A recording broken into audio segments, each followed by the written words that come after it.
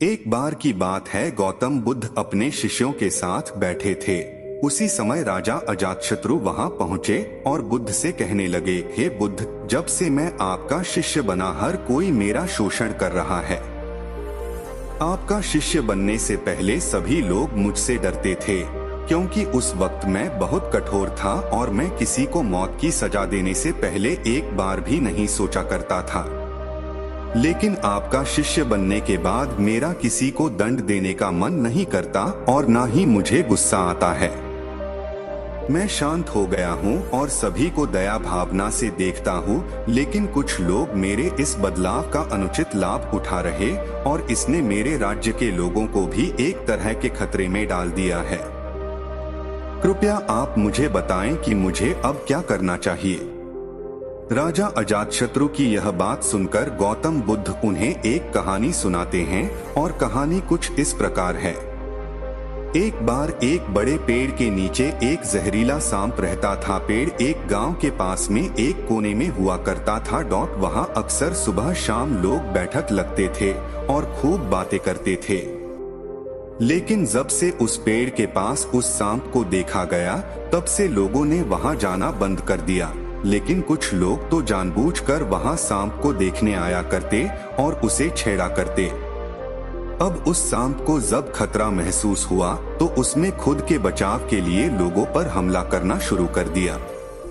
वह सांप अब अपने क्षेत्र में लोगों का आना भी बर्दाश्त नहीं करता था, जिससे गांव के कई लोगों की जान जाने लगी। इस तरह पेड़ के आसपास जब भी कोई हलचल होती तो सांप वहां आ जाता और हमला कर देता। सांप की दहशत अब पूरे गांव में हो गई। अब लोगों ने बिल्कुल ही उस पेड़ के पास जाना बंद कर दिया।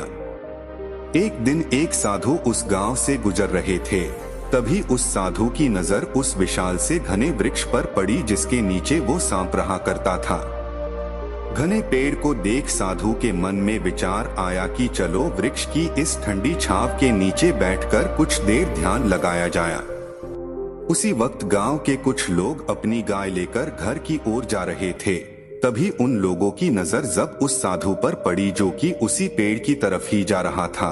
तभी लोगों ने उस साधु को सांप के बारे सावधान करते हुए कहा कि आप उस पेड़ के पास मत जाना, वहां एक जहरीला सांप रहता है जो जरा सी हलचल होने पर हमला कर देता है और अब तक कई लोगों को काट भी चुका है। लोगों की यह बातें सुनकर साधु मुस्कुराए और उस पेड़ की तरफ चल पड़े। जगह को थोड़ा साफ करके जैसे ही साधु ध्यान करने के लिए बैठे, तभी सांप हलचल सुनकर साधु के सामने आ पहुंचता है और फुंकारने लगता है। फुंकार की आवाज सन साधु की आंख खुलती है और वह सांप को देखने लगते हैं। वह सांप की आंखों में देखते हुए एक मंत्र बोलते हैं और मुंह से फूंक मारते हैं। तभी चमत्कारी रूप से वो सांप साधु से बात करने लगा। अब दोनों एक दूसरे की भाषा को समझ सकते थे। सांप साधु से कहता है, हे मनुष्य, क्या तुम मुझसे नहीं डरते? क्या तुम नहीं जानते यह मेरा क्षेत्र है और यहाँ आने की किसी की हिम्मत नहीं है?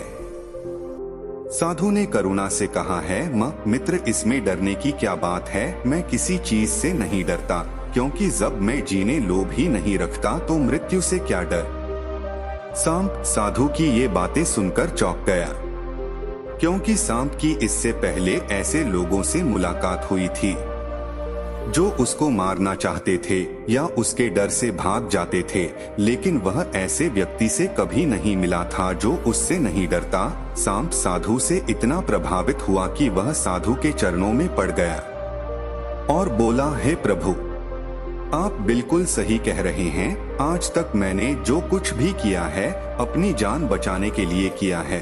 अपने क्रोध के चलते ना जाने कितने निर्दोषों की जान भी ले ली। इसके बाद साधु सांप बहुत सी बातें समझाकर वहां से चला गया। साधु की बात से प्रभावित होकर सांप ने निश्चित किया कि आज से वह किसी को नहीं काटेगा। वह अपने क्रोधी स्वभाव को त्याग देता है, दूसरों को काटना बंद कर देता है। लेकिन इसका नतीजा उल्टा निकलता है। जब लोगों ने देखा कि सांप ने लोगों को तो काटना बंद कर दिया है, तो लोग उसका फायदा उठाने लगे जो उससे दूर भागते थे। वो उसके पास आने लगे और सांप को परेशान करने लगे। बच्चे उस पर पत्थर फेंक कर मारने लगे, जिससे सांप आए दिन हमेशा परेशान और घायल रहता था।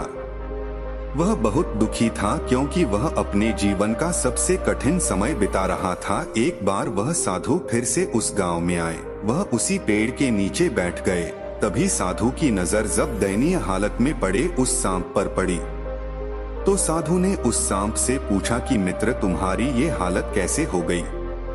तुम इतने घायल और इतनी दयनीय स्थिति में कैसे आ गए? सांप ने कहा, जब से आपने मुझे अपने हिंसक स्वभाव को छोड़ने के लिए कहा, तब से मैंने निश्चय किया कि अब मैं किसी पर हमला नहीं करूंगा। मैंने क्रोध करना छोड़ दिया और शांति को अपना लिया, जिसका नतीजा ये हो कि लोग मुझे परेशान करने लगे, दुर्व्यवहार करने लगे। कोई पत्थर से मरता है तो कोई डंडे से पीट कर चला जाता है। सांप की बात सुनकर साधु ने कहा, मित्र, मैंने तुमसे कहा था कि बेवजह दूसरों को मत काटो, लेकिन मैंने तुम्हें तुम्हारी आत्मरक्षा के लिए हमला करने से नहीं रोका था। कहानी सुनाने के बाद बुद्ध ने राजा से कहा, हे राजन, तुमने भी मेरी बात गलत तरीके से अपनाया। मैंने आपसे अपने कर्तव्य को छोड़ने के लिए कहा था, किंतु आप अपने कर्तव्य से भी विमुख हो गए। आप एक राजा है, अतः पूर्ण रूप से साधु की तरह व्यवहार करना आपको खतरे में डाल सकता है। तुम्हें सिर्फ अंदर से साधु की तरह रहना था और बाहर से राजा की तरह, ताकि जरूरत पड़ने पर खुद की, प्रजा की और राज्य की रक्षा कर सको। दोस्तों, बिल्कुल ऐसे ही जंगल में होता है, जो सबसे सीधा पेड़ होता है उसको सबसे पहले काटा जाता है, और यही कानून दुनिया के लोगों पर भी लागू होता है। अच्छे भोले लोगों का खूब फायदा उठाया जाता है। अच्छे लोगों को जिंदगी में अनेकों दुखों का सामना करना पड़ता है, इसलिए कभी किसी को अपना फायदा मत उठाने दो। लोगों को उनकी मर्यादा में रखने के लिए खुद को परिस्थिति के अनुसार बदलना सीख जाइए, अन्यथा आपका हाल भी उस राजा व सांप की तरह हो जाएगा।